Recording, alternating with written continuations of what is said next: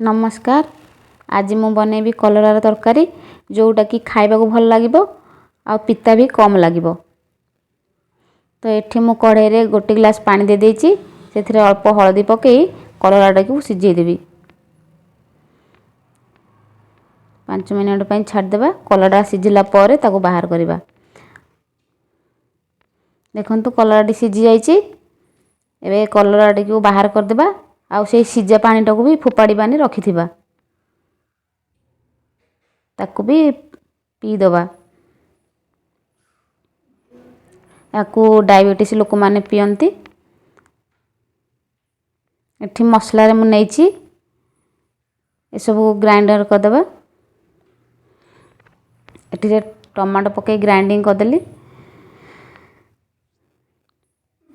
मसला ग्राइंडिंग हो जाइए। एबे कलरा सिझा कलराटी को काटी देबा। पीस पीस करी काटी देइछि मु। आपण माने चाहिले तार मंजी गुडा को बाहर कर देबे नचेत रखि दिबे। मु एठी मंजी गुडा को सब बाहर कर देइछि कलरार। ताको अल्प तेल देई कलराटी को भाजी देइछि। एबे हे गला हमर कलराटी की भजा। एबे ताको प्लेट को बाहर कर देबा।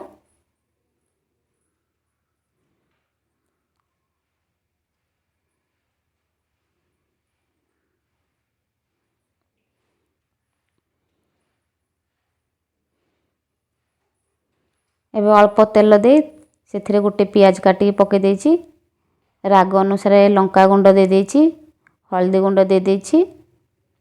आ ग्राइंडिंग कर रखि दिबा मसला टी को दे देली।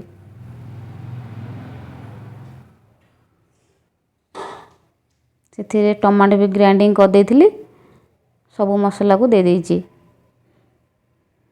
एबे भाजी की रखि दिबा कलरा को दे देबी। स्वाद अनुसार लूण दे देली।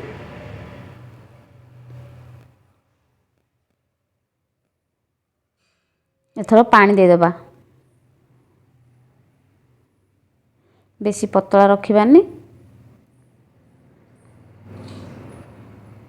मीडियम साइज रे रखिकी ताको उल्हेबा। एबे मु पानी दे देइछि। आधा ग्लास पानी दे देइछि।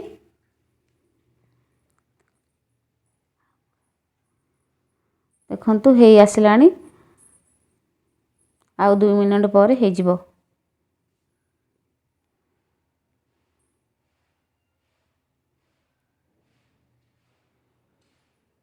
फाइनली हमर कलरा तरकाटी हे जाइछि।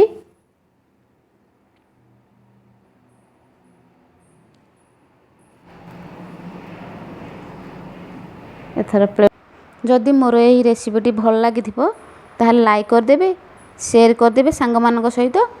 आउ सब्सक्राइब जे माने करनाते सब्सक्राइब मध्ये कर देबे। ताहाले मोर नुआ नुआ वीडियो एमिति देखि परिबे। Thank you for watching.